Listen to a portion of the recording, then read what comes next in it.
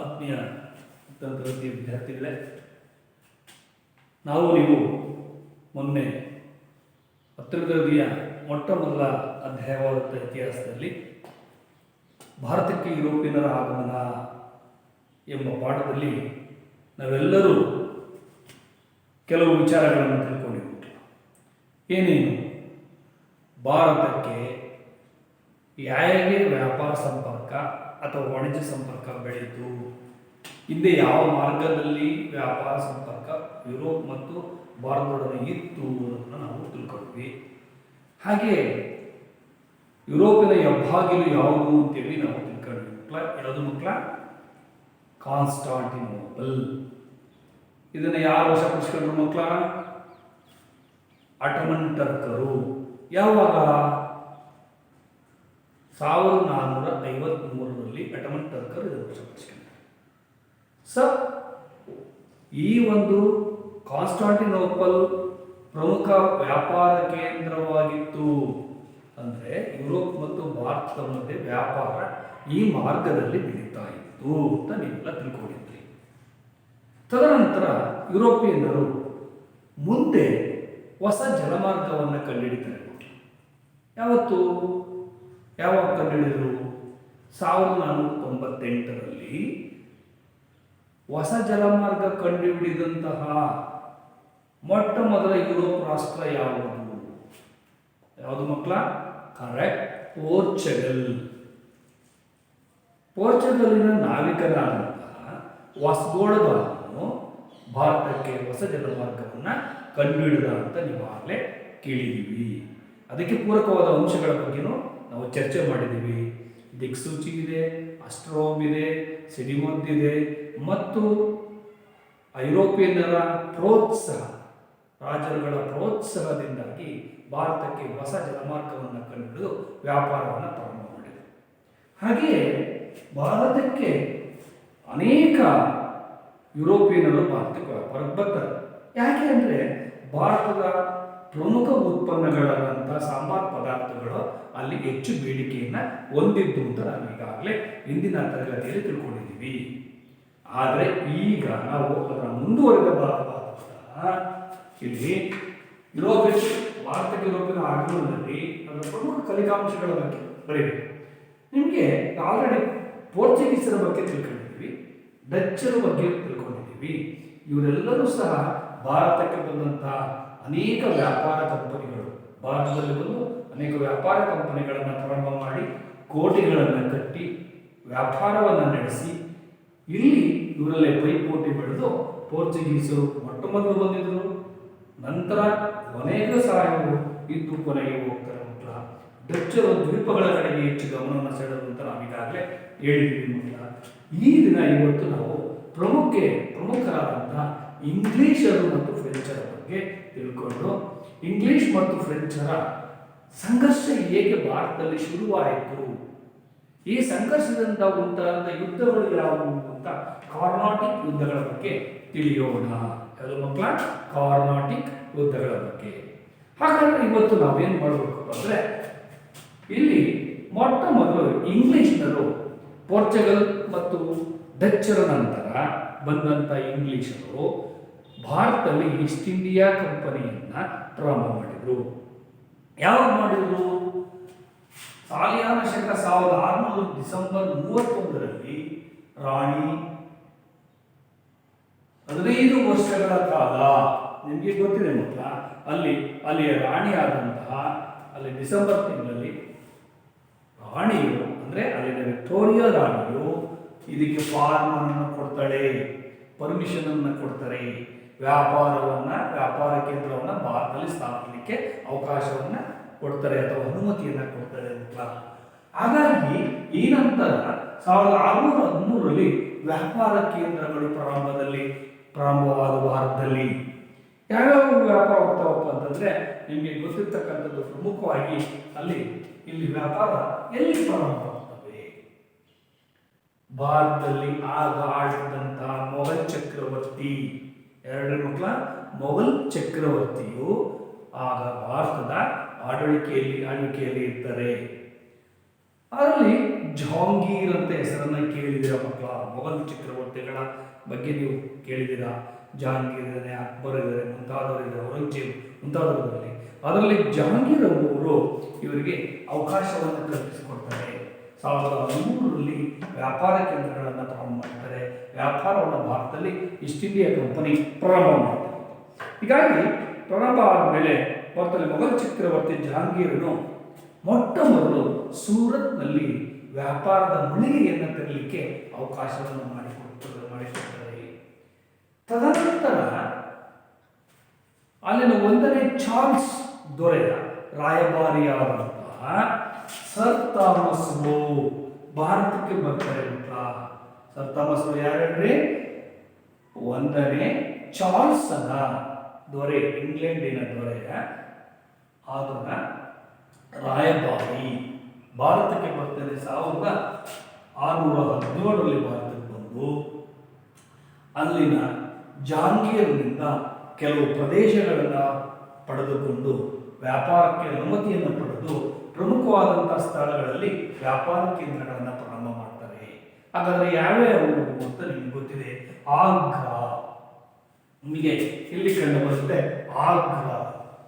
ನಂತರ ಅಹಮದಾಬಾದ್, ಇದು ಸೂರತ್ನಲ್ಲಿ ಕಂಡು ಬರುತ್ತೆ. ಇಲ್ಲಿ ಅಹಮದಾಬಾದ್ ಇದೆ.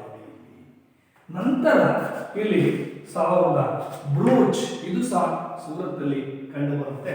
ಬ್ರೂಚ್ ಅನ್ನೋದು ಇವು ಸರ್ ಥಾಮಸ್ ಲೋ ಪ್ರಾರಂಭಿಸಿದಂತಹ ಪ್ರಮುಖ ವ್ಯಾಪಾರ ಕೇಂದ್ರಗಳು ಅಥವಾ ವ್ಯಾಪಾರದ ಮಳಿಗೆಗಳು ಅಂತೇಳಿ ನಾವು ಕರಿತೀವಿ.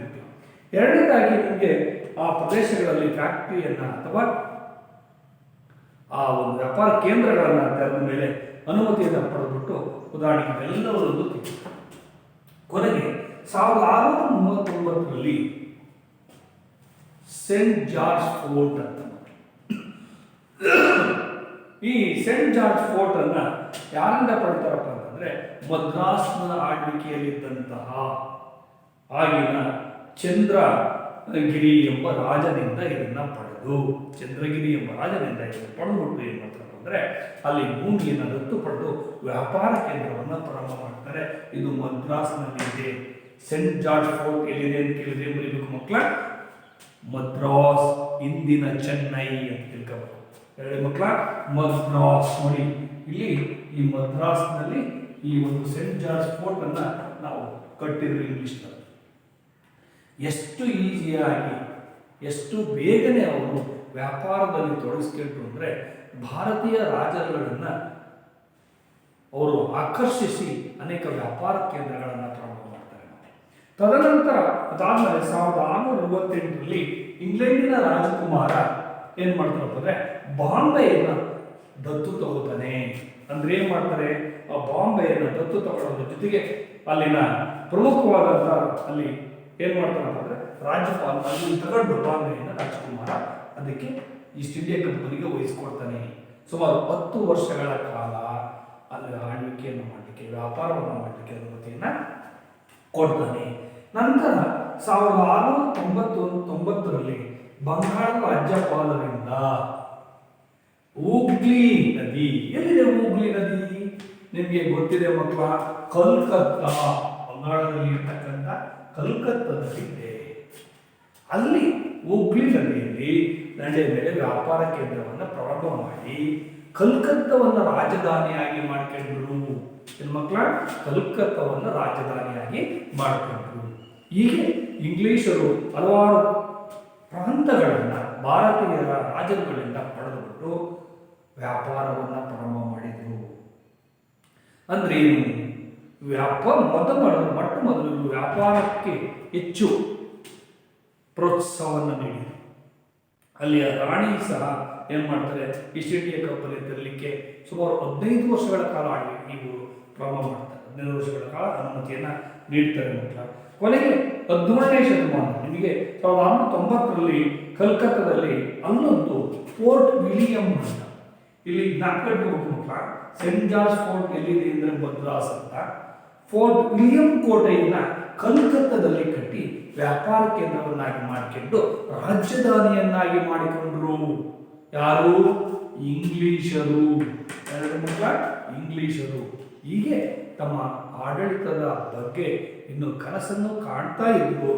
ತದನಂತರ ವ್ಯಾಪಾರದಲ್ಲಿ ಮುಂದುವರಿಯುತ್ತಾ ಅನೇಕ ಈ 17ನೇ ಶತಮಾನದ ಅಂತ್ಯದ ಒಳಗಡೆ ಏನಾಯ್ತಪ್ಪ ಅಂದರೆ ಅವರು ಅನೇಕ ಕಡೆ ವ್ಯಾಪಾರ ಕೇಂದ್ರಗಳನ್ನು ತೆರೀತಾರೆ, ಅನೇಕ ಪ್ರೆಸಿಡೆನ್ಸಿಗಳನ್ನು ಸ್ಥಾಪನೆ ಮಾಡ್ತಾರೆ, ಅನೇಕ ನಗರಗಳನ್ನು ವಶಪಡಿಸ್ಕೊಳ್ತಾರೆ. ಯಾವ್ಯಾವು ಅಂತಂದರೆ ಬಾಂಬೆ, ಅದರ ಮಕ್ಕಳ ಮುಂಬೈ ಅಂತ ಕರಿತೀವಿ, ಅದಕ್ಕೆ ಬಾಂಬೆನೂ ಸಹ ಕರಿತೀವಿ. ತದನಂತರ ಕಲ್ಕತ್ತಾ, ಅದು ಮಕ್ಕಳ ಇಲ್ಲಿ ಕಲ್ಕತ್ತಾ ಅಂತ ಕರಿತೀವಿ.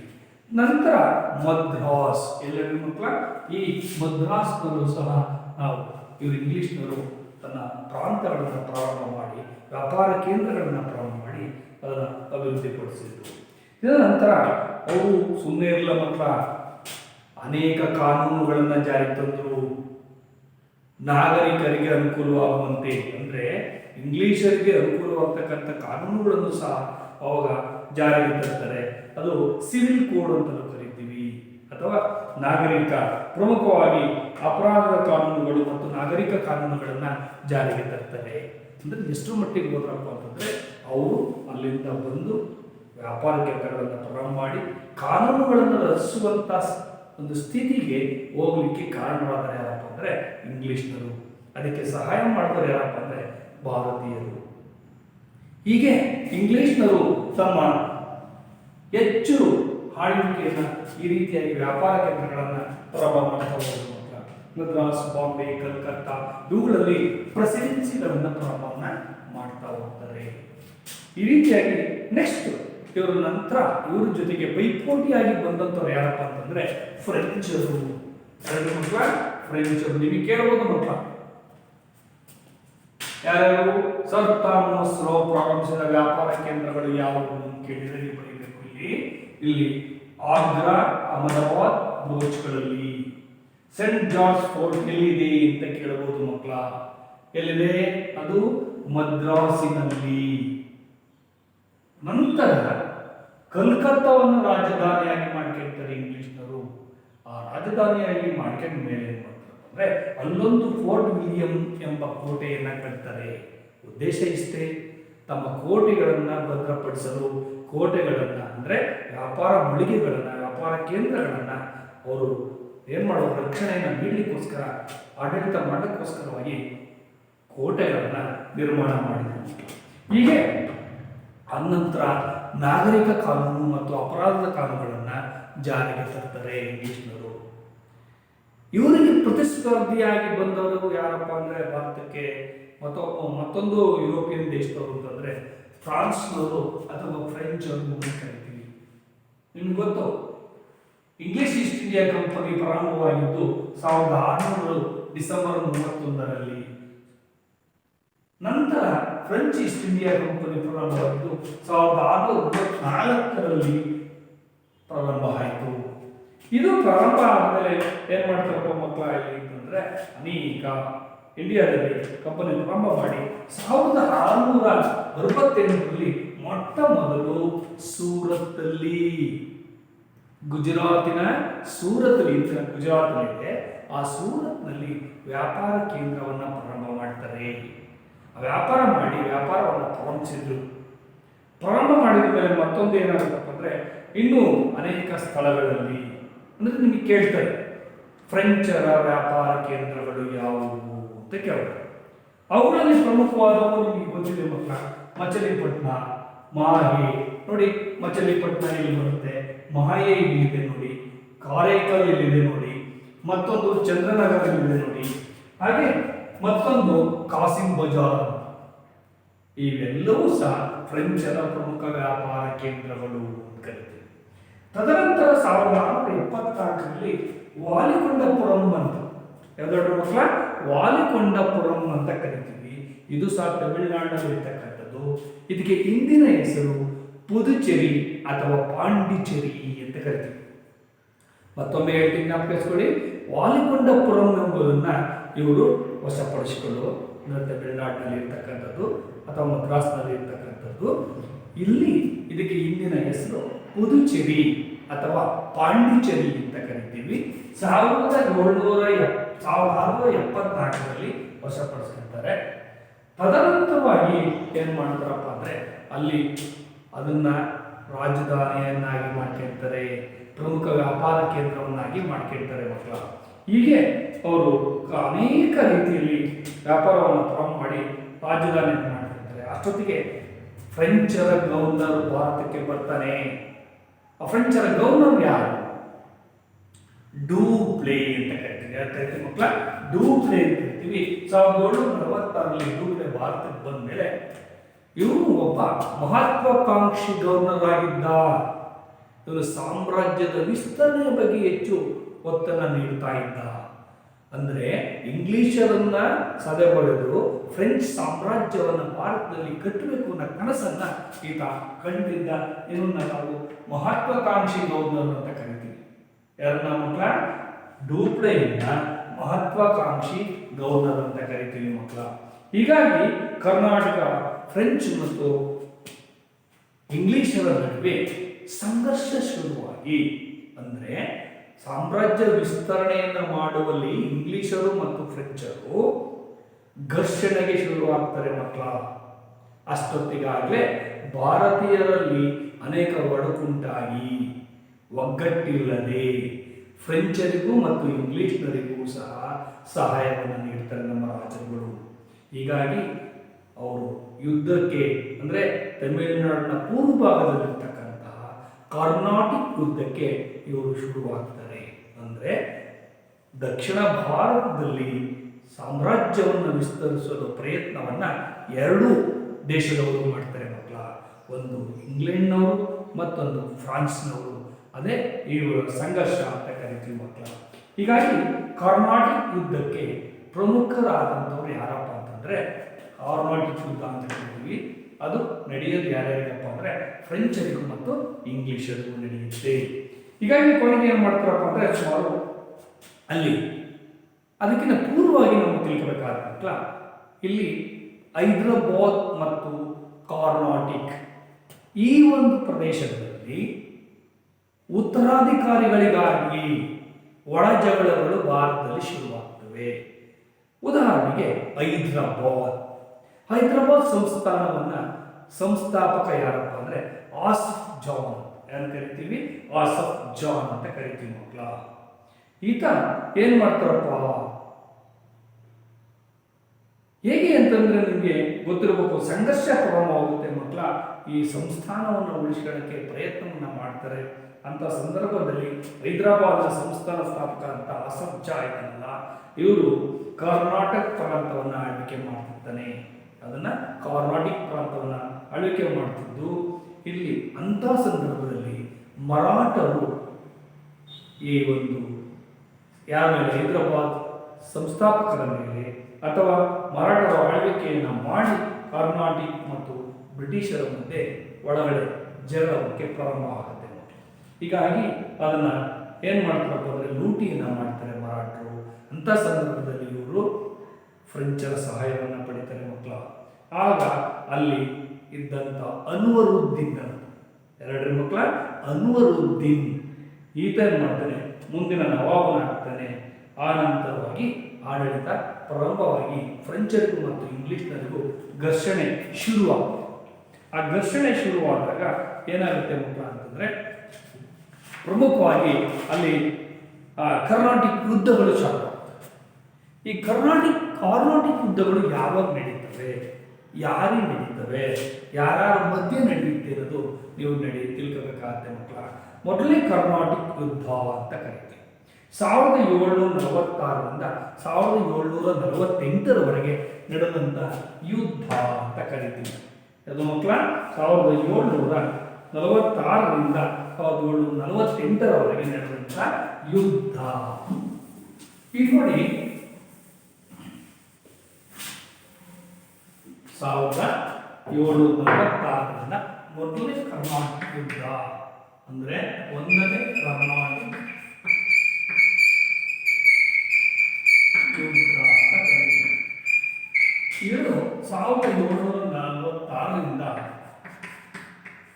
1748ರವರೆಗೆ ನಡೆಯುತ್ತೆ. ಯಾಕೆ ನಡೆಯುತ್ತೆ? ಇಂಗ್ಲಿಷ್ ಅಂದರೆ ನಾನು ನಿಮ್ಗೆ ಆಗಲೇ ಹೇಳಿದ್ದೀನಿ ಮಕ್ಕಳ. ಡೂಪ್ಲೆ ಯಾರು? ಡೂಪ್ಲೆ ಫ್ರೆಂಚರ ಗವರ್ನರ್. ಎರಡು ಮಕ್ಕಳ, ಫ್ರೆಂಚರ ಗವರ್ನರ್. ಈತನ ಉದ್ದೇಶವೇನಾಗಿತ್ತು? ಈತನ ಮಹತ್ವಾಕಾಂಕ್ಷಿಯಾಗಿದ್ದ. ಈತ ತಮ್ಮ ಭಾರತದಲ್ಲಿ ಸಾಮ್ರಾಜ್ಯವನ್ನು ವಿಸ್ತರಣೆ ಮಾಡಬೇಕಾದ್ರೆ ಪ್ರಯತ್ನವನ್ನು ಮಾಡ್ತಾ ಇದ್ದ ಮಕ್ಕಳ. ಹೀಗೆ ಏನಾಗುತ್ತಪ್ಪ ಅಂದರೆ ಕರ್ನಾಟಕ ಯುದ್ಧದಲ್ಲಿ ಡೂಪ್ಲೆ ಬಂದ ಮೇಲೆ ಏನು ಮಾಡ್ತಾರಪ್ಪ ಅಂದರೆ ಅಲ್ಲಿನ ಫ್ರೆಂಚ್ ಸೇನಾನಿಯಾದಂಥ ಲಾಬೋರ್ಡಿನಾ ಅಂತ ಕರಿತೀವಿ. ಯುದ್ಧ ಯಾರ್ಯಾರು ನಡೀತಪ್ಪ? ಲಾಬೋರ್ಡಿನಾ ಅಂತ ಕರಿತೀವಿ, ಫ್ರೆಂಚ್ ಸೇನಾ ಮುಖ್ಯಸ್ಥ. ಈತ ಏನು ಮಾಡ್ತಾನೆ, ಇಂಗ್ಲಿಷರ ವಶವಾಗಿದ್ದಂಥ ಮದ್ರಾಸನ್ನು ವಶಪಡಿಸ್ಕೊಂತಾನೆ. ಇದಕ್ಕೆ ಕಾರಣ ಲಾಬೋರ್ಡಿನಾ. ಈತ ಮುಖ್ಯಸ್ಥ, ಫ್ರೆಂಚ್ ಸೇನಾ ಮುಖ್ಯಸ್ಥ, ಫ್ರೆಂಚ್ ಸೇನಾ ಮುಖ್ಯಸ್ಥ ಅಂತ ಕರಿತೀವಿ. ಈತ ಮದ್ರಾಸ್ ಅಂದ್ರೆ ಇಂಗ್ಲಿಷರ ವಶವಾಗಿದ್ದಂಥ ಮದ್ರಾಸನ್ನ ವಶಪಡಿಸಿಕೊಂಡ. ವಶಪಡಿಸಿದ ಮೇಲೆ ಏನ್ ಮಾಡ್ತಾರೆ? ಪ್ರಮುಖವಾದ ಕಾರಣ ಅಂತ ಇದೆ. ಡೂಪ್ಲೆಯ ಆದೇಶದ ಮೇರೆಗೆ ಲಾಬೋರ್ಡಿನಾ ಎಂಬ ಫ್ರೆಂಚ್ ಸೇನಾ ನಾಯಕ ಯುದ್ಧವನ್ನು ಮಾಡಕ್ಕೆ ಪ್ರಯತ್ನ ಮಾಡಿ ಮದ್ರಾಸನ್ನ ಇಂಗ್ಲಿಷರಿಂದ ವಶಪಡಿಸಿಕೊಳ್ತಾರೆ. ಇಂಥ ಸಂದರ್ಭದಲ್ಲಿ ಆಗಿನ ಕರ್ನಾಟಕದ ನವಾಬನಾದಂತಹ ಅನ್ವರುದ್ದೀನ್ ಎಂಬುವನನ್ನ ಇಂಗ್ಲಿಷ್ ಕೇಳ್ಕೊಳ್ತಾರೆ. ಆತನನ್ನು ಓಡಿಸಲಿಕ್ಕೆ ಪ್ರಯತ್ನ ಪಟ್ಟಾಗ ಅನ್ವರುದ್ದೀನ್ ಸೋಲನ್ನ ಅನುಭವಿಸ್ತಾನೆ ಮಕ್ಕಳ. ಫ್ರೆಂಚರ ವಿರುದ್ಧ ಅನ್ವರುದ್ದೀನ್ ಸೋಲಲ್ಪಡುತ್ತಾನೆ.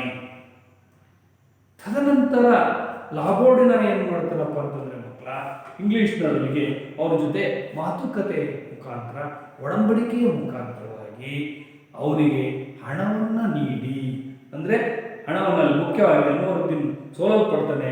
ಡೂಪ್ಲೆಗೆ ತಿಳಿಸದೆ ಏನು ಮಾಡ್ತಾರಪ್ಪ ಅಂದರೆ ಲಾಬೋರ್ಡಿನ ಹಣವನ್ನು ಪಡೆದು, ಬ್ರಿಟಿಷರಿಂದ ಹಣವನ್ನು ಪಡೆದು ಮದ್ರಾಸನ್ನ ಬ್ರಿಟಿಷನರಿಗೆ ಬಿಟ್ಟುಕೊಡ್ತಾರೆ.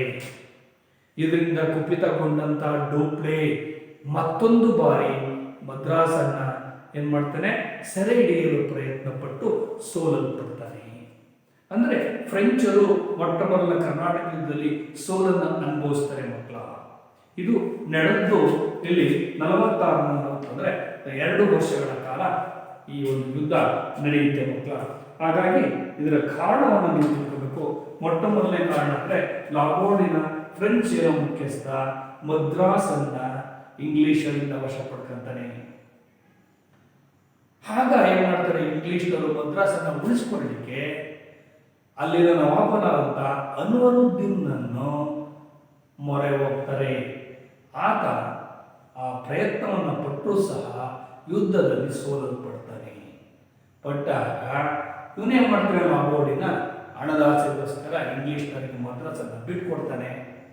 ನಂತರ ಅವನೇನ್ ಮಾಡ್ತಾನೆ, ಅಲ್ಲಿ ತನ್ನ ತಾಯ್ನಾಡಿಗೆ ಮಾರಿಷಸ್ಗೆ ಓಡಿ ಹೋಗ್ತಾನೆ. ಓಡಿ ಹೋದ್ಮೇಲೆ ಆ ನಂತರ ಡೂಪ್ಲೆ ಮತ್ತೆ ಮದ್ರಾಸನ್ನು ವಶಪಡಿಸಲು ಪ್ರಯತ್ನ ಪಟ್ಟು ಅದನ್ನ ವಿಫಲನಾಗ್ತಾನೆ ಮಕ್ಕಳ. ವಿಫಲನಾದ್ಮೇಲೆ ಆ ಪ್ರಯತ್ನ ವಿಫಲ ಆಗಿ ನೆಕ್ಸ್ಟ್ ಪರಿಣಾಮಗಳೇನಾಯ್ತು, ಈ ಕರ್ನಾಟಕ ಯುದ್ಧದ ಪರಿಣಾಮಗಳು ನಿಮಗೆ ಕೇಳ್ತಾರೆ. ಕಾರಣಗಳೇನು? ಮದ್ರಾಸನ್ನ ವಶಪಡಿಸ್ಕೊಳ್ಳಿ ಯಾರು? ಲಾಬೋರ್ಡಿನ ಯಾರು? ಫ್ರೆಂಚ್ ಸೇನಾ ಮುಖ್ಯಸ್ಥ. ಯಾರ ಆದೇಶದ ಮೇಲೆ ಮದ್ರಾಸನ್ನ ಪ್ರಯತ್ನ ಮಾಡ್ತಾನೆ ಸೆರೆ ಹಿಡಿಯಲಿಕ್ಕೆ? ಫ್ರೆಂಚರ ಗವರ್ನರ್ ಡೂಪ್ಲೆ. ತದನಂತರ ಏನ್ ಮಾಡ್ತಾನಪ್ಪ ಅಂತಂದ್ರೆ, ಇದ್ರ ಪರಿಣಾಮ ಏನಪ್ಪ ಅಂದ್ರೆ, ಹೀಗೆ ಸೋತು ಹೋದ್ಮೇಲೆ ಫ್ರೆಂಚರು ಒಂದು ಒಪ್ಪಂದಕ್ಕೆ ಬರ್ತಾರೆ ಮಕ್ಕಳ. ಯಾವ ಒಪ್ಪಂದಕ್ಕೆ ಬರ್ತಾರಪ್ಪ ಅಂತಂದ್ರೆ ಮಕ್ಕಳ, ಅಲ್ಲಿ ಜ್ಞಾಪಕ ಇಟ್ಕೊಳ್ಳಿ, ಅಲ್ಲಿ ಮುಖ್ಯವಾಗಿ ಡೂಪ್ಲೆ ಪ್ರಯತ್ನ ವಿಫಲವಾಯಿತು. ಒಂದು ಪಾಯಿಂಟ್ ಬೇಕು. ಡೂಪ್ಲೆ ಇದರಲ್ಲಿ ಯಾವುದೇ ರೀತಿ ಜಯವನ್ನ ಗಳಿಸಲು ಸಾಧ್ಯವಾಗಲಿಲ್ಲ ಅಥವಾ ವಿಫಲನಾದಂಥವರಿಗೆ. ಮದ್ರಾಸ್ ಪುನಃ ಇಂಗ್ಲಿಷರ ವಶವಾಯಿತು. ಆದರೆ ಒಂದು ಒಪ್ಪಂದದ ಮುಖಾಂತರವಾಗಿ ಇದನ್ನು ಇಂಗ್ಲಿಷರು ಪಡಿತಾರೆ. ಆ ಒಪ್ಪಂದ ಏನಪ್ಪಾ ಅಂತಂದ್ರೆ ಮಕ್ಕಳು ನಿಮ್ಗೆ ಗೊತ್ತಿರಬೇಕು, ಫ್ರಾನ್ಸ್ ಮತ್ತು ಇಂಗ್ಲೆಂಡಿನ ನಡೆಯುತ್ತೆ. ಏಕ್ಸ್ಲಾ ಚಾಪಲ್ ಅಂತ ಕರಿತೀವಿ. ಹೆಂಗ್ ಕರಿತೀವಿ? ಏಕ್ಸ್ಲಾ ಚಾಪಲ್.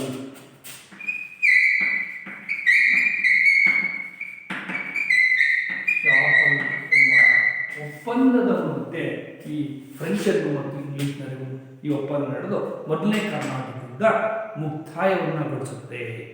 ನಿಮಗೆ ಜ್ಞಾಪಕ ಇಟ್ಕೊಂಡ್ರೆ ಮಕ್ಕಳ, ಕರ್ನಾಟಕ ಎಲ್ಲಿದೆ ಅಂದರೆ ಇನ್ನು ತಮಿಳುನಾಡಿನ ಪೂರ್ವ ಭಾಗದಲ್ಲಿದೆ.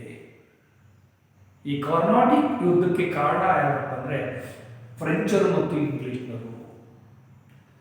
ಯಾಕೆ ಅಂದರೆ ಸಾಮ್ರಾಜ್ಯ ವಿಸ್ತರಣೆ ಅವರಿಗೆ ಮಹತ್ವಾಕಾಂಕ್ಷೆ ಆಗಿತ್ತು. ಇಬ್ಬರಿಗೂ ಸಹ ಒಂದು ಪ್ರತಿಸ್ಪರ್ಧೆ ಬೆಳೆಯಿತು. ಆ ಪ್ರತಿಸ್ಪರ್ಧೆ ಬೆಳೆದು ನಾವು ಭಾರತವನ್ನು ಆಳ್ವಿಕೆ ಮಾಡಬೇಕು, ಭಾರತದಲ್ಲಿ ಹೆಚ್ಚು ಸಾಮ್ರಾಜ್ಯವನ್ನು ಸ್ಥಾಪನೆ ಮಾಡಿ ಹೆಚ್ಚು ಇದರ ಉಪಯೋಗವನ್ನು ಪಡೆಯಬೇಕು ಅನ್ನೋದು ಮಹತ್ವಾಕಾಂಕ್ಷೆ ಇಬ್ಬರು ಸಹ ಇತ್ತು ಮಕ್ಕಳ. ಹೀಗಾಗಿ ಇಲ್ಲಿ ಮೊದಲನೇ ಕರ್ನಾಟಕ ಯುದ್ಧದಲ್ಲಿ ಫ್ರೆಂಚರು ವಿಫಲತೆಯನ್ನು ಹೊಂದ್ತಾರೆ, ಇಂಗ್ಲಿಷ್ನರು ಏನು ಮಾಡ್ತಾರೆ, ಜಯವನ್ನು ಗಳಿಸ್ತಾರೆ. ಆದರೆ ಲಾಬೋರ್ಡಿನ ತಪ್ಪಿನಿಂದಾಗಿ ಫ್ರೆಂಚರಿಗೆ ಸೋಲು ಉಂಟಾಗುತ್ತೆ. ತದನಂತರ ನಾವು ಇದನ್ನು ಸೇಡನ್ನು ತೀರಿಸಬೇಕು ಅಂತೇಳಿ ಪ್ರಯತ್ನವನ್ನು ಮಾಡ್ತಾರೆ. ಯಾರು ಪ್ರಯತ್ನವನ್ನು ಮಾಡೋದಿಲ್ಲ ಅಲ್ಲಿ ಎರಡನೇ ಕರ್ನಾಟಕ ಯುದ್ಧ ಅಂತ ಕರಿತೀವಿ. ಏನು ನಡೀತೀವಿ? ಎರಡನೇ ಕರ್ನಾಟಕ ಯುದ್ಧ. ಎರಡನೇ ಕರ್ನಾಟಕ ಯುದ್ಧಕ್ಕೆ ಕಾರಣಗಳು ಏನು? ಇಲ್ಲಿ ಎರಡನೇ ಕರ್ನಾಟಕ ಯುದ್ಧ ಅಂತ ಕರಿತೀವಿ. ಇಲ್ಲಿ ಪ್ರಮುಖವಾಗಿ 1749ರಿಂದ 54ರವರೆಗೆ 1749ರಿಂದ 1754ರವರೆಗೆ ನಡೆಯುತ್ತೆ. ಯಾಕೆ ನಡೆಯುತ್ತೆ? ಈ ಯುದ್ಧ ಕಾರಣ ಏನು? ನಿಮಗೆ ಗೊತ್ತಿರಲಿ ಮಕ್ಕಳ, ಡೂಪ್ಲೆ ಟೈಪು ಇಂಗ್ಲಿಷ್ನಿಂದ ಅಂದರೆ ಇಂಗ್ಲೆಂಡಿನಿಂದ ಒಬ್ಬ ರಾಬರ್ಟ್ ಕ್ಲೈವ್ ಅಂತ ಭಾರತ. ರಾಬರ್ಟ್ ಕ್ಲೈವ್ ಒಬ್ಬ ಚತುರ ನಿಪುಣ ಅಧಿಕಾರಿ. ಈತನಿಗೆ ಆಲೋಚನಾ ಶಕ್ತಿ ಇತ್ತು ಮತ್ತು ಇಂಗ್ಲೆಂಡಿನ ಪ್ರೋತ್ಸಾಹ ಇತ್ತು. ಹೀಗಾಗಿ ಈತೇನು ಮಾಡ್ತಾನಪ್ಪ ಅಂದರೆ ಮೊಟ್ಟ ಮೊದಲು ರಾಬರ್ಟ್ ಕ್ಲೈವ್ ಕರ್ನಾಟಕ ರಾಜಧಾನಿಯಾದಂಥ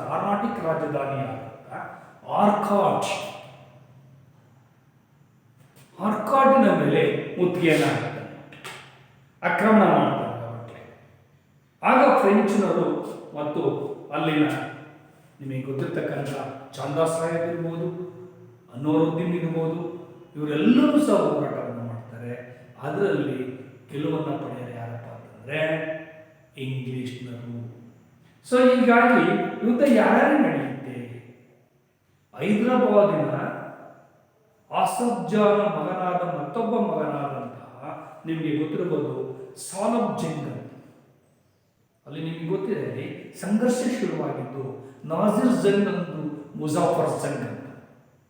ಇದು ಉತ್ತರಾಧಿಕಾರಕ್ಕೆ ನಡೆದಂತಹ ಘರ್ಷಣೆ. ಇದನ್ನು ಉಪಯೋಗಿಸಿಕೊಂಡಂತಹ ಇಂಗ್ಲಿಷರು ಮತ್ತು ಫ್ರೆಂಚರು ಇಲ್ಲಿ ಭಾರತದಲ್ಲಿ ಯುದ್ಧವನ್ನು ಪ್ರಾರಂಭ ಮಾಡ್ತಾರೆ. ಹೀಗಾಗಿ ಈ ಒಬ್ಬ ಅಲ್ಲಿ ಮತ್ತೊಬ್ಬ ಎರಡನೇ ಇದರಲ್ಲಿ ಏನಪ್ಪ ಅಂದರೆ ನೋಡಿ ಜ್ಞಾಪಕ ಇಟ್ಕೋಬೇಕು ಮಕ್ಕಳು. ಮತ್ತೊಂದು ನೋಡಿ ಅಲ್ಲಿ ಸಾಲಬ್ ಏನು ಕರಿತೀವಪ್ಪ ಅಂತಂದರೆ ಅಲ್ಲಿ ಮುಖ್ಯವಾಗಿ ಸಾಲ್ಬಾರ್ ಜಂಗ್ ಅಂತ ಕರೀತೀವಿ.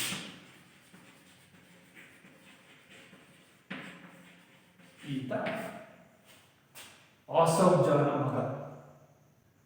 ಇದನ್ನು ಹೈದರಾಬಾದ್ ಆಳ್ವಿಕೆಯಲ್ಲಿ ಸಂಸ್ಥಾನ ಈತನ ಸಹಾಯವನ್ನು ಪಡೆಯಲಿಕ್ಕೆ ಪ್ರಯತ್ನವನ್ನು ಮಾಡ್ತಾರೆ.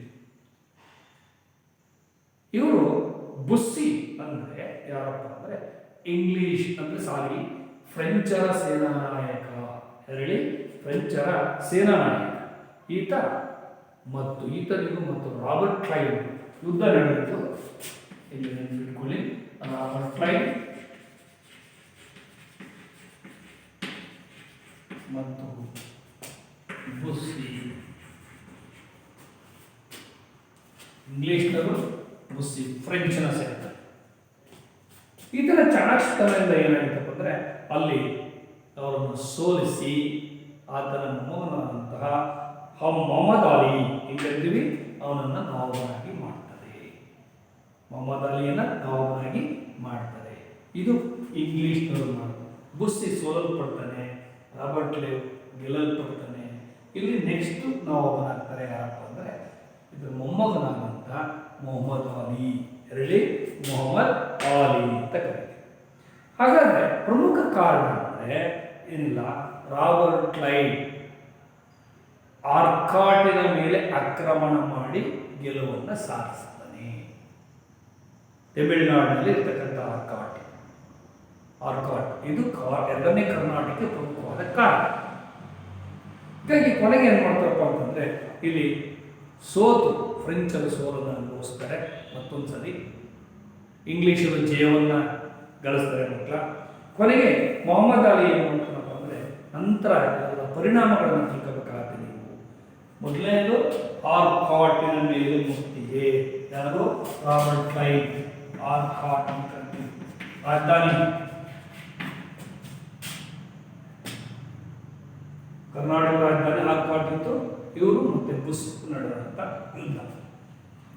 ಈಗ ಕೊನೆಗೆ ಏನು ಮಾಡ್ತಾರಪ್ಪ, ಯುದ್ಧ ನಡೆದ ಮೇಲೆ ಮಕ್ಕಳ ಇಲ್ಲಿ ಪ್ರಮುಖವಾಗಿ ಇದರಲ್ಲಿ ಎರಡನೇ ಕರ್ನಾಟಕ ಯುದ್ಧದಲ್ಲಿ ಬುಸ್ಸಿ ಎಂಬ ಅಧಿಕಾರಿಯನ್ನು ಫ್ರೆಂಚರು ಕಳಿಸ್ತಾರೆ ಯುದ್ಧಕ್ಕೆ. ಅಲ್ಲಿ ಅಧಿಕಾರಿಯನ್ನು ನೇಮಿಸಿದ ಮತ್ತೊಂದು ಕಡೆ ಇಂಗ್ಲಿಷರ ಪ್ರಾಬಲ್ಯದಿಂದ ರಾಬರ್ಟ್ ಕ್ಲೈವ್ ಯುದ್ಧವನ್ನು ಮಾಡ್ತಾನೆ. ಆಗ ಚಾಂದಾ ಸಾಹೇಬ್ ಕರ್ನಾಟಕದ ನವಾಬನಾಗಿರ್ತಾರೆ ಮಕ್ಕಳ. ಕೊನೆಗೆ ಇಂಗ್ಲಿಷ್ ಈಸ್ಟ್ ಇಂಡಿಯಾ ಕಂಪನಿ ಅಲ್ಲಿಯ ರಾಬರ್ಟ್ ಕ್ಲೈವನ್ನು ಕಳಿಸ್ಬಿಟ್ಟು ಪ್ರಮುಖವಾಗಿ ಅಲ್ಲಿ ಸೋಲಿಸ್ತಾರೆ. ಕೊನೆಯ ಯುದ್ಧದಲ್ಲಿ ಏನು ಮಾಡ್ತಾರೆ, ಚಾಂದಾ ಸಾಹೇಬನ್ನು ಬಂಧಿಸ್ಬಿಟ್ಟು ಅವರ ಸ್ಥಾನಕ್ಕೆ ಆಗಿದ್ದಂತಹ ಅವನ ಮಗನಾದಂತಹ ಮೊಹಮ್ಮದ್ ಅಲಿಯನ್ನು ಕೂರಿಸ್ತಾರೆ ಮಕ್ಕಳ. ಹೀಗೆ ಆ ನವಾಬನಾಗಿ ನೇಮಕ ಮಾಡಿದರೆ ಎರಡನೇ ಕರ್ನಾಟಕ ಯುದ್ಧವು ಪಾಂಡಿಚೇರಿ ಒಪ್ಪಂದದೊಂದಿಗೆ ಮುಕ್ತಾಯವಾಗುತ್ತೆ. ಯಾರ ಜೊತೆ ಒಪ್ಪಂದ? ಪಾಂಡಿಚೇರಿ ಒಪ್ಪಂದ ಯಾರ್ಯಾರು ನಡೆಯುತ್ತೆ ಅಂದರೆ ಇಂಗ್ಲಿಷರಿಗೂ ಮತ್ತು ಫ್ರೆಂಚರಿಗೂ ನಡೆಯುತ್ತೆ.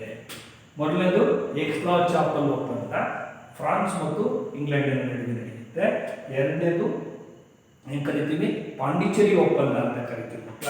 ಹೀಗಾಗಿ ಈ ಯುದ್ಧದಲ್ಲಿ ಮತ್ತೊಂದು ಸಾರಿ ಇಂಗ್ಲಿಷ್ನರು ಅಥವಾ ಇಂಗ್ಲೆಂಡಿನವರು ಜಯವನ್ನು ಗಳಿಸ್ತಾರೆ ಮಕ್ಕಳ. ಡೂಪ್ಲೆ ಅವ್ರು ಏನು ಮಾಡ್ತಾರೆ, ಯಾವಾಗ ಎರಡನೇ ಬಾರಿ ಯುದ್ಧದಲ್ಲಿ ಸೋತು ಹೋಗ್ತಾರೋ ಡೂಪ್ಲೆಯನ್ನು ಫ್ರೆಂಚ್ ಸರ್ಕಾರ ವಾಪಸ್ ಕರೆಸಿಕೊಳ್ಳಲಾಗುತ್ತೆ. ಕೊನೆಗೆ ಈ ಯುದ್ಧ ಫ್ರೆಂಚರಿಗೆ ರಾಜಕೀಯ ಹಿನ್ನಡೆಯನ್ನು ಮಾಡಿಕೊಡುತ್ತೆ. ಅವರು ನಶಿಸಲಿಕ್ಕೆ ಅವನತಿಯನ್ನು ಹೊಂದಲಿಕ್ಕೆ ಶುರುವಾಗುತ್ತೆ. ಇದು ಪ್ರಮುಖ. ಅಂದರೆ ಇದರ ಪ್ರಮುಖವಾದ ಯಾವ್ದು ಬರಬೇಕಪ್ಪ ನೀವು ಪರಿಣಾಮಗಳನ್ನು ಕೇಳಿದರೆ, ಮೊಹಮ್ಮದ್ ಅಲಿಯು ಏನಾಗ್ತಾನೆ, ನವಾಬನಾಗ್ತಾನೆ, ಕರ್ನಾಟಕದ ನವಾಬನಾಗ್ತಾನೆ. ಈ ಯುದ್ಧವು ಪಾಂಡಿಚೇರಿ ಒಪ್ಪಂದದೊಂದಿಗೆ ಮುಕ್ತಾಯವಾಯಿತು. ಯಾರು ನಡೆಯುತ್ತೆ ಪಾಂಡಿಚೇರಿ ಒಪ್ಪಂದ? ಇಂಗ್ಲಿಷರಿಗೂ ಮತ್ತು ಫ್ರೆಂಚರಿಗೂ ನಡೆಯುತ್ತೆ. ತದನಂತರ ಏನಾಗುತ್ತಪ್ಪ ಅಂದರೆ ಡೂಪ್ಲೆಯನ್ನು ಫ್ರೆಂಚ್ ಸರ್ಕಾರ ತನ್ನ ದೇಶಕ್ಕೆ ಪುನಃ ವಾಪಸ್ ಕರೆಸಿಕೊಳ್ಳಲಾಗುತ್ತೆ.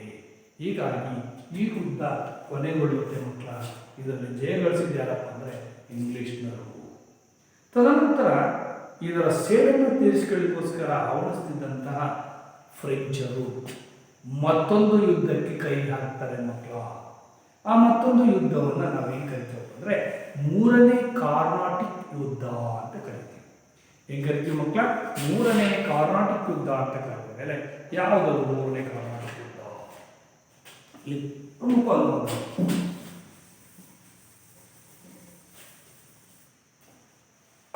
ಮೂರನೇ ಕಾರ್ನಾಟಿಕ್ ಯುದ್ಧ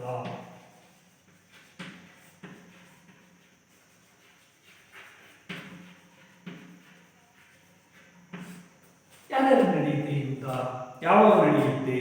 1756ರಿಂದ 1753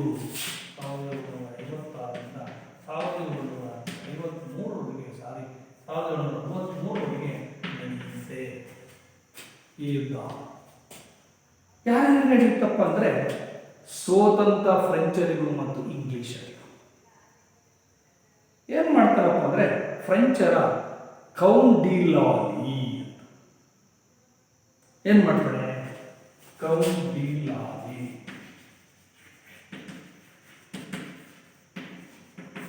ಈಗ ಫ್ರೆಂಚರ ಸೇನಾಧಿಕಾರಿ. ಇದೇನು ಮಾಡ್ತಾರಪ್ಪ ಅಂದರೆ ಇಂಗ್ಲಿಷರ ಪ್ರದೇಶವಾಗಿದ್ದಂಥ ವಾಂಡಿವಾಶ್ ಕೋಟೆಯನ್ನು ಮುತ್ತಿಗೆ ಹಾಕ್ತಾರೆ.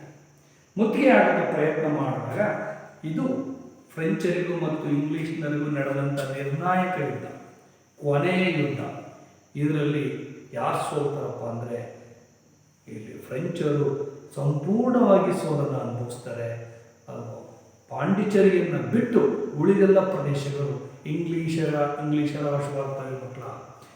ಹೀಗಾಗಿ ಫ್ರೆಂಚರು ಯಾಕೆ ಯಾವ ರೀತಿ ಮಾಡಿದ್ರಪ್ಪ ಅಂತಂದರೆ, ಭಾರತದಲ್ಲಿ ಇದ್ದಂತಹ ಇಂಗ್ಲೀಷ್ ಫ್ರೆಂಚರ ಅಧಿಕಾರಿ ಅಂತ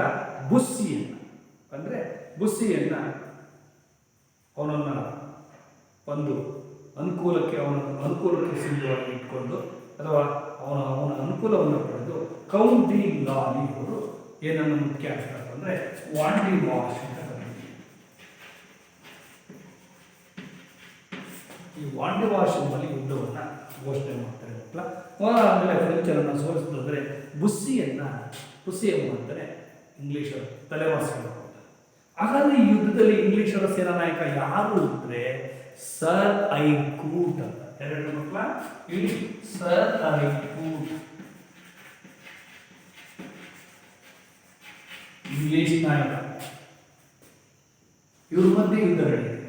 ಮೂರನೇ ಕಾರ್ನಾಟಿಕ್ ಯುದ್ಧ ಅಂತ ಕರಿತೀವಿ ಅಥವಾ ವಾಂಡಿವಾಶ್ ಕದನ ಅಂತ ಕರಿತೀವಿ. ಯಾಕಂದ್ರೆ ಕೌಂಟಿ ಲಾಲಿ ಎಂಬಂತಾನೆ ಈತ ಫ್ರೆಂಚರ ಸೇನಾ ನಾಯಕ. ಭಾರತದಲ್ಲಿದ್ದಂಥ ಬುಸ್ಸಿಯ ನೆರವನ್ನು ಪಡೆದು ವಾಂಡಿವಾಶ್ ಕೋಟೆಗೆ ಮುತ್ತಿಗೆಯನ್ನ ಹಾಕ್ತಾನೆ. ಅಂತ ಸಂದರ್ಭದಲ್ಲಿ ಇಂಗ್ಲಿಷರ ಸೇನಾ ನಾಯಕರಾದ ಸರ್ ಐರ್ಕೂಟನ್ನು ಏನು ಮಾಡ್ತಾರಪ್ಪ ಅಂದರೆ ಅವನ್ನ ಸೆರೆ ಹಿಡಿದ್ರೆ ಬುಸ್ಸಿಯನ್ನು ಸೆರೆ ಹಿಡಿದ್ಬಿಟ್ಟು ಕೌಂಟಿ ಲಾಲಿ ಪಾಂಡಿಚೇರಿಗೆ ಮುತ್ತಿಗೆ ಹಾಕಿದಾಗ ಅಲ್ಲಿ ಕೌಂಟಿ ಲಾಲಿ ತಪ್ಪಿಸ್ಕೊಳ್ಳೋಕ್ಕೆ ಪ್ರಯತ್ನವನ್ನು ಮಾಡಿದಾಗ 1761ರಲ್ಲಿ ಬೇಷರತ್ತಾಗಿ ಶರಣಾಗ್ತಾನೆ. ಯಾರು? ಕೌಂಟಿ ಲಾಲಿ. ನೆನ್ಪಿಟ್ಕೊಳ್ಳಿ. ಇಲ್ಲಿ ತದನಂತರ ಕರ್ನಾಟಕ ಯುದ್ಧಗಳು. ಈಗ ಯುದ್ಧ ಇದೆ, ಕಾರಣ ಇಷ್ಟೇ, ಕೌಂಟಿ ಲಾಲಿಯು ವಾಂಡಿವಾಶ್ ಕೋಟೆಗೆ ಮುತ್ತಿಗೆ ಹಾಕಿದ್ದು. ಯಾರು ಹಾಕಿದ್ದು? ಕೌಂಟಿ. ಯಾರ ಸಹಾಯ ಮಾಡಿದ್ದಾರೆ ಇವರಿಗೆ? ಫ್ರೆಂಚರ ಬುಸ್ಸಿ, ಅಧಿಕಾರಿಯಾದ ಬುಸ್ಸಿಯು. ಐರ್ಕೂಟ್ ಯಾರು? ಸರ್ ಐರ್ಕೂಟು ಇಂಗ್ಲಿಷ್ ಸೇನಾ ನಾಯಕ. ಇವರು ಮಧ್ಯೆ ನಡೆದಂಥ ಯುದ್ಧವೇ ಮೂರನೇ ಕರ್ನಾಟಕ ಯುದ್ಧ.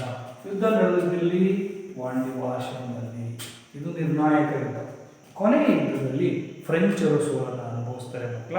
ಫ್ರೆಂಚರು ಭಾರತದಲ್ಲಿ ತಮ್ಮ ಎಲ್ಲ ನೆಲೆಗಳನ್ನು ಕಳ್ಕೊಂಡಾದ್ಮೇಲೆ 1763ರಲ್ಲಿ ಇದು ಪ್ಯಾರಿಸ್ ಒಪ್ಪಂದದೊಂದಿಗೆ ಮುಕ್ತಾಯವಾಯಿತು. ನೆನ್ಪಿಟ್ಕೊಳ್ಳೋದಲ್ಲಿ ಮೊದಲನೇದು ಏಕ್ಸ್ಲಾ ಚಾಪಲ್,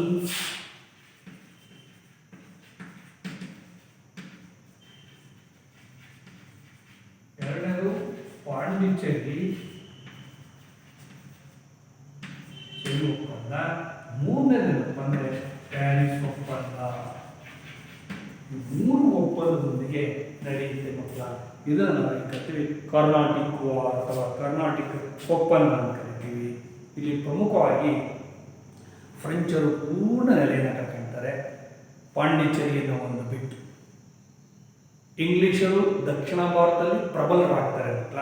ಪ್ರಬಲರಾಗಿ ಅವರನ್ನು ಮೂಲೆ ಗುಂಪನ್ನು ಮಾಡಿ ಬ್ರಿಟಿಷರು ತಮ್ಮ ಯುರೋಪಿನ ಪ್ರತಿಸ್ಪರ್ಧೆಗಳನ್ನು ದಮನ ಮಾಡಿ ದಕ್ಷಿಣ ಭಾರತದಲ್ಲಿ ತಮ್ಮ ಆಧಿಪತ್ಯವನ್ನು, ಸಾಮ್ರಾಜ್ಯವನ್ನು ಸ್ಥಾಪನೆ ಮಾಡ್ತಾರೆ ಮಕ್ಕಳ. ಹೀಗಾಗಿ ಬ್ರಿಟಿಷ್ನರು ತಮ್ಮ ಆಳ್ವಿಕೆಯನ್ನು ಪ್ರಾರಂಭ ಮಾಡ್ತಾರೆ. ಈ ರೀತಿಯಾಗಿ ಇಂಗ್ಲಿಷ್ ಮತ್ತು ಫ್ರೆಂಚರ ನಡುವೆ ನಡೆದಂಥ ಮೂರು ಕರ್ನಾಟಿಕ್ ಯುದ್ಧಗಳಲ್ಲಿ ಫ್ರೆಂಚರು ಸಂಪೂರ್ಣವಾಗಿ ಸೋಲ್ತಾರೆ. ಮೂರು ಒಪ್ಪಂದ ನಡೆಯುತ್ತೆ. ಒಂದು ಏಕ್ಸ್ಲಾ ಚಾಪಲ್, ಮತ್ತೊಂದು ಪಾಂಡಿಚೇರಿ, ಮತ್ತೊಂದು ಪ್ಯಾರಿಸ್ ಒಪ್ಪಂದ. ಇಲ್ಲಿ ಸರ್ ಐರ್ಕೂಟ್, ರಾಬರ್ಟ್ ಕ್ಲೈವ್ ಅನ್ನು ನೆನಪಿಟ್ಕೊಳ್ಳಿ. ನಂತರವಾಗಿ ಮೊದಲನೇದಾಗಿ ನಿಮಗೆ ಗೊತ್ತಿದೆ ಇಂಗ್ಲಿಷ್ ಮೊದಲನೇ ಯುದ್ಧದಲ್ಲಿ ಇಲ್ಲಿ ಯಾರ್ಯಾರು ನಡೆಯುತ್ತೆ ಅಂತಲೂ ಸಹ ನಾನು ನಿಮಗೆ ಗಮನ ತಂದಿದ್ದೀನಿ ಮಕ್ಕಳ. ಲಾಹೋರ್ಡಿನ ಆದ್ಮೇಲೆ ಮೊದಲನೇ ಕರ್ನಾಟಕ ಯುದ್ಧದಲ್ಲಿ ಅಲ್ಲಿ ವಶಪಡಿಸಿಕೊಂಡ ಮೇಲೆ ಇಂಗ್ಲೆಂಡ್ನಲ್ಲಿ ಯುದ್ಧ ನಡೀತಾ ಹೋಗುತ್ತೆ. ಹೀಗೆ ಯುದ್ಧ ನಡೆದು ಕೊನೆಗೆ ಫ್ರೆಂಚರು ಸೋಲನ್ನು ಅನುಭವಿಸ್ತಾರೆ, ಇಂಗ್ಲಿಷ್ನರು ಗೆಲುವನ್ನು ಸಾಧಿಸ್ತಾರೆ. ಈಗ ನೋಡಿ, ಈಗ ಒಂದು ಗೃಹಪಾಠವನ್ನು ಕೊಡಲಿಕ್ಕೆ ಪ್ರಯತ್ನ ಮಾಡ್ತೀವಿ. ಇಂಗ್ಲಿಷರು ಭಾರತದಲ್ಲಿ ಸ್ಥಾಪಿಸಿದ ವ್ಯಾಪಾರ ಕೇಂದ್ರಗಳು ಯಾವುವು? ಒಂದೇ. ಎರಡನೇದು, ಫ್ರೆಂಚರು ಭಾರತದಲ್ಲಿ ಸ್ಥಾಪಿಸಿದ ವ್ಯಾಪಾರ ಕೇಂದ್ರಗಳು ಯಾವುವು? ಮೂರನೇದಾಗಿ ಮೊದಲನೇ ಕರ್ನಾಟಕ ಕರ್ನಾಟಿಕ್ ಯುದ್ಧದ ಕಾರಣ ಮತ್ತು ಪರಿಣಾಮಗಳನ್ನು ತಿಳಿಸಿ. ನಾಲ್ಕನೇದು ಯಾವುದಪ್ಪ ಅಂದರೆ ಎರಡನೇ ಕಾರ್ನಾಟಿಕ್ ಯುದ್ಧಕ್ಕೆ ಕಾರಣವೇನು ಮತ್ತು ಹೇಗೆ ಮುಕ್ತಾಯವಾಯಿತು. ವಾಂಡಿವಾಶ್ ಕದನವನ್ನು ವಿವರಿಸಿ. ಇಷ್ಟನ್ನು ನಾಳೆ ನೀವು ಬರೆಯಿರಿ, ಬರೆದು ನಮಗೆ ಕಳಿಸಿಡಿ ಅಂತ ಇಲ್ಲಿಗೆ ಇವತ್ತಿನ ಪಾಠಗಳನ್ನು ಮುಗಿಸಿ ಮುಂದಿನ ತರಗತಿಯಲ್ಲಿ ನಾವು ಪಾಠಗಳನ್ನು ನೋಡೋಣ.